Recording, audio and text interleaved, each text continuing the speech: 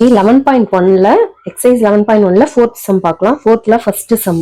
First இதை இன்டகிரேஷன்ல எடுத்து எழுதிக்கணும். நம்ம என்ன பண்ண சொல்லியிருக்காங்க, இன்டகிரேஷன் பண்ண சொல்லியிருக்காங்க. 1 plus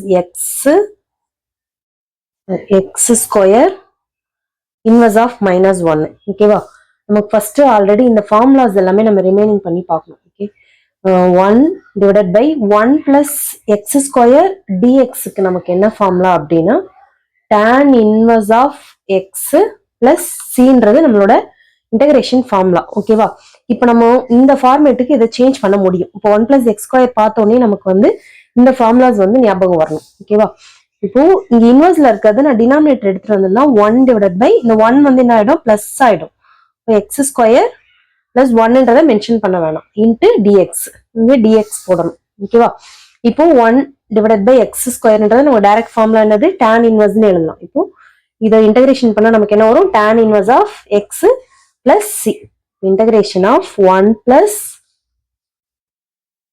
X square inverse 1 into dx equal to tan inverse of x plus c. இதான் நம்மளோட final answer. Next second sum கொடுத்துருக்காங்க. Second 1 minus of X square பவர்ல வந்து -1/2 கொடுத்துருக்காங்க.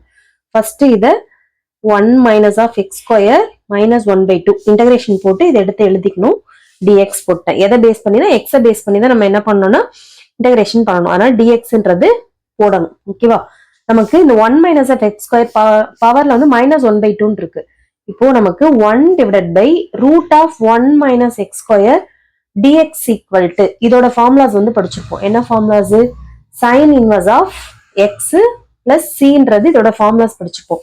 இப்போ -1/2 நம்ம டிவைட்ல எடுத்துட்டு வரும்போது பிளஸ் ஆயிடும். ஓகேவா?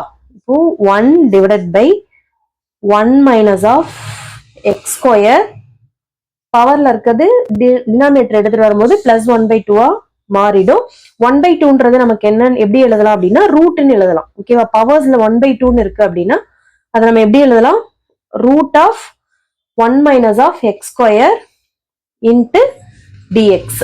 ஓகேவா? இப்போ நமக்கு எந்த ஃபார்மேட்ல இருக்கு, இந்த ஃபார்மேட்ல வந்துருச்சு. அப்போ நம்ம இதோட ஃபார்முலா என்னது, integration of 1 divided by root of 1 minus X ஸ்கொயரோட formulas sine inverse of X. அப்போ இதை வந்து sin inverse of x plus c.